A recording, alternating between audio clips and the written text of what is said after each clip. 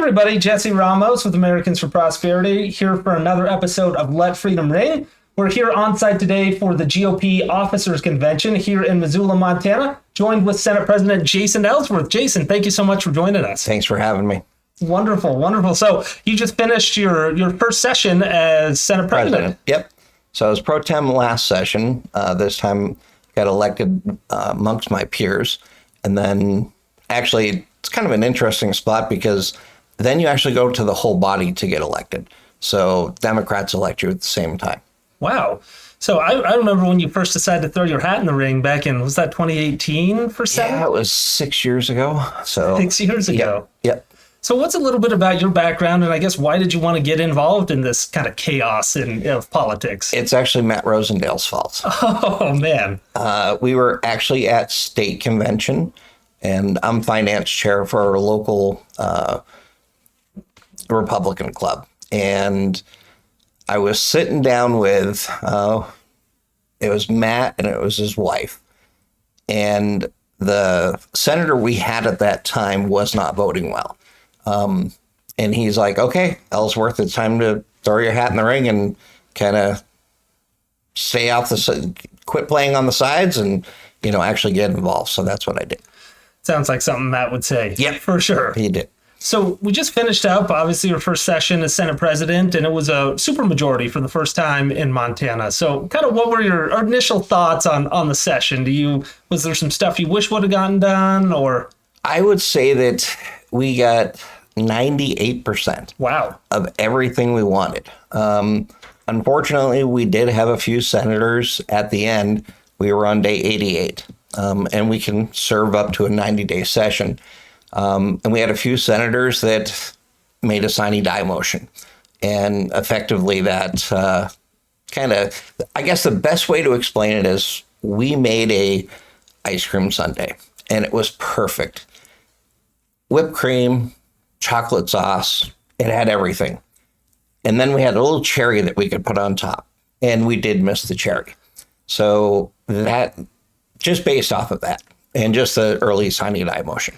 And so what was the figurative cherry, so to speak? So we had first we had about 7 or 8 resolution studies that were still alive. And that kind of guides us during the midterms and tells us what should we be looking at, what different studies we should be doing. The biggest one that ended up, because we did sine die early, was we were setting aside $100 million for our pensions for the following session. It also had a flow, so anything that was surplus also went into that fund. And so we could have been walking in there with maybe $250 million or more, who knows. And then it set up an interim committee to do and look at our pension system, because our pensions are broke. I mean, I said on audit, where I was just there the other day, yesterday actually, and just looking at our entire pension system, and I mean, constitutionally, we're not where we need to be. We're not amortized correctly. We have one of our pension system that doesn't even amortize out at all over any length of time. So I think that's the greatest thing that we actually lost, which was the ability to have that interim committee and then have money sitting there so that we could deal with the pensions. Yeah, and that's such an interesting issue. I'm glad you brought that up. As you know, I've been in finance for about 8 years, and I think another thing that the pension reform, another party that it benefits are the employees. I mean, a defined contribution plan is like a 401k, anything else, where these employees, better than anybody that my generation in particular, we don't stay at one job for our whole career. And if we have a 401k, we're able to take that money with us. It's more liquid in case we need it for an emergency. And I know it's hard to get state employees, and this would be another way to help them. And I don't know ultimately if that's what the study would have shown or not, but I mean, it is an outcome that potentially could have happened. And that's what we were going to do with this study is get a group of 12 legislators together for the next year and a half and go, okay, what are our options? And then making sure there's actually funds there to do something with those options when we come back in session. Awesome. Well, I'm looking forward to the update on that. That's super important, as you mentioned, constitutionally and just financially for our state and future generations. But kind of another big topic right now is energy. I mean, I know that's a big topic in Montana. Gas prices are skyrocketing, electric prices are skyrocketing, and at the same time, we have an administration in the White House and a Senate that seems kind of complicit in it, where they're willing to shut down these projects. We have just a wealth of natural resources that we could unleash and lower energy costs for all Americans. What has the Senate and the legislature done to kind of address some of that? So I think we address it in one bill in particular, saying let's look at every aspect of energy. You've also got to think of storage too. So, and people don't typically think of storage, but you have, high load times. And if you're going to even look at renewables, you got to look at, okay, when does the wind blow? When it doesn't blow? And then where are you going to store that energy for, demand, high peak? And obviously we have a wealth of coal in the states. I mean, we're one of the wealthiest states as far as coal goes. So that still has to be part of the conversation. We're also looking at some small nuclear reactors, and that's another avenue that we could look at too, and a very safe avenue as well. Oh, absolutely. It's amazing how far nuclear technology's come. And I know a gentleman that worked in nuclear for 30 years and just talks to me about how incredibly safe it is. It's got zero emissions and it's incredibly reliable. And from what my understanding is on these small nuclear reactors is what they are, they actually use the spent rods out of the bigger reactors. So you're not actually refining anything more. You're not creating more waste. You're actually getting more value out of it. So that's an interesting one. Yeah, it's super interesting. And kind of how does the dynamic work? Obviously, there's only so much you guys can do as state representatives, unfortunately. It's not very federalist, but kind of what barriers are you guys facing from Washington, D.C. from really making some of these visions a reality? Well, I mean, this is part of the reality, which is we do have good communication. I do with Senator Daines for sure. Yep. And obviously Matt Rosendale and Ryan Zinke, and can always pick the phone up. Unfortunately, don't have that relationship with John Tester, which I don't understand because, supposedly this is his home state. Yeah. So you'd think you'd want to talk to the president of the Senate. It's discouraging because a lot of this is kind of top down instead of bottom up. So as I look at our solutions for the state, I guess the one reason why I love what I do is because it is from bottom up. So I can actually see the end result. And I think nationally, we need to kind of take some of our states' rights back so that we have more control in our states.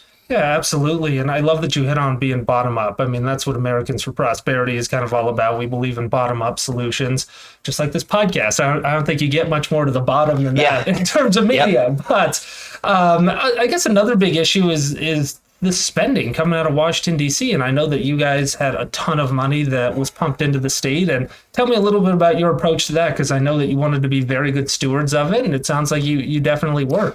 So what we did effectively on our budget is kept it as low growth as we could.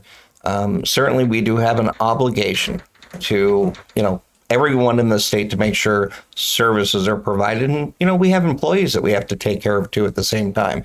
So you have those obligations that you got to take seriously. You just can't go no to say no. You have to have an answer. And then we negotiated with the unions and came up with an amenable answer that I think everybody could live with, especially considering the high inflation. Unfortunately, a lot of this has been brought on by the federal government. Yeah. I mean, the amount of money that they put in plowed in every state, I think it's just created kind of an what I guess I would call artificial wealth. And it's disappointing because I'm seeing it kind of all over the place where inflation is just absolutely ridiculous. Yeah, it's insane. And I guess what are some of your thoughts as the Senate president? What are your thoughts on kind of the giant spending boondoggle known as the infrastructure bill that was passed in a bipartisan fashion, but you have critics saying that not a lot of it's going to actual infrastructure. Did we see much of that money here? So we actually will. We will see some of it, more so in broadband. So we're assuming around maybe $500 or $600 million in broadband, which, let me tell you, is critical infrastructure. And it is, it's hard because at the end of the day, this is the people's money. It's not the government's money. So all we're doing is paying ourselves back, but then at the same time, creating debt. So, I'm not for the big spending. I understand, at the time of crisis that, people felt we were in, how, that was probably an important factor. But at some point, you have to shut the spigots off. And I think we're well beyond that point. Yeah, it certainly seems like with the CPI continuing to skyrocket and you guys almost being somewhat powerless to stop it. I mean, you don't control the printer. We don't. And the reality is if we also do not participate in these programs, the citizens of this state still have that debt burden. But then if we don't benefit from it, then all we're doing is making sure our citizens pay more than their fair share. So, you want to be participatory in it so that you can actually help the citizens out that are actually carrying the debt.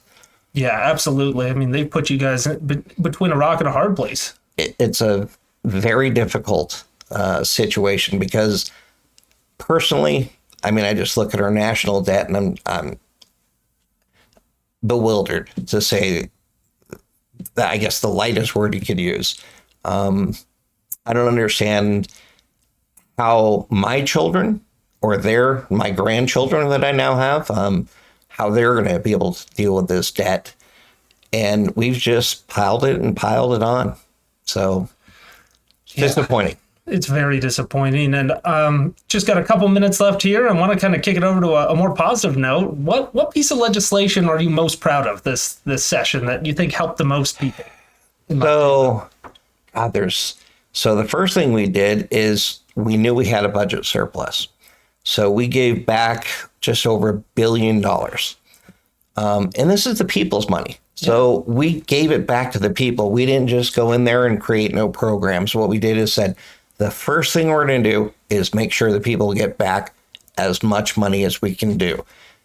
At the same time, you got to be cautious and you got to be careful that you don't give too much back, because you don't want to end up in a situation where you're then having to cut service or you're having to ask for an increase in tax.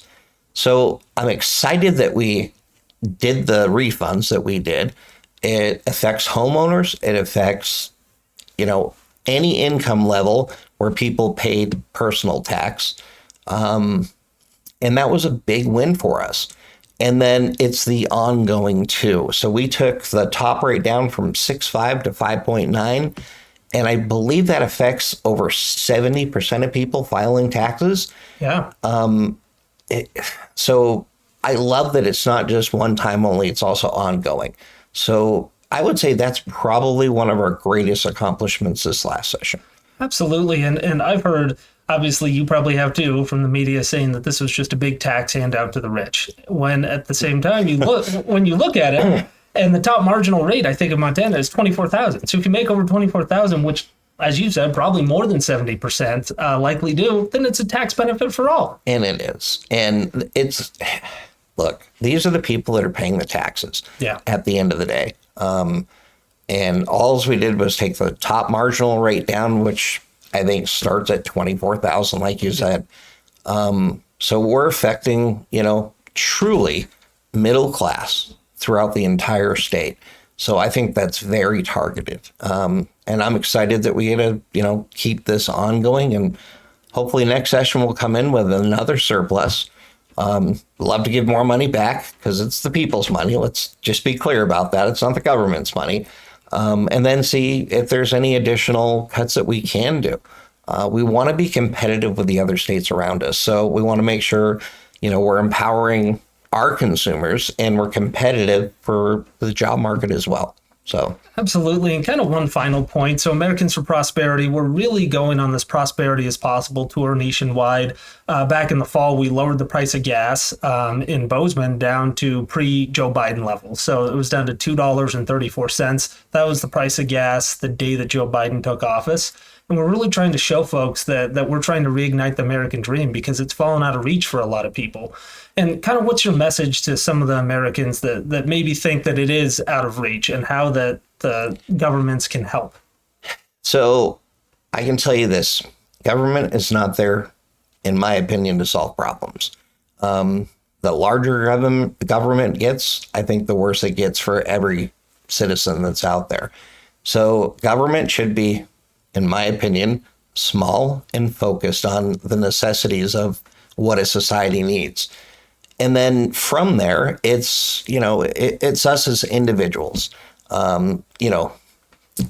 improving on maybe a product or creating a product or a service and being an entrepreneur, or, having a good job, working for a factory, and one that's going to be there, in 40 years, it's going to be paying your pension. And I think we can be encouraged that I think we're going to get back to that spot. It took us a long time to get here. Yeah. So I think the reality is it's going to take us some time to get back.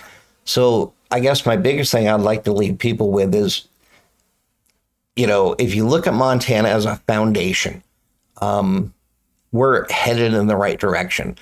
It's not all going to happen all at once, but you know what? It's happening. So I guess get happy that it's happening, and it is moving in the right direction. Absolutely. Couldn't agree with that message more. Thank you so much, President Ellsworth, and thank you for the work during the session and coming on the show. No problem. Thank you. Thanks.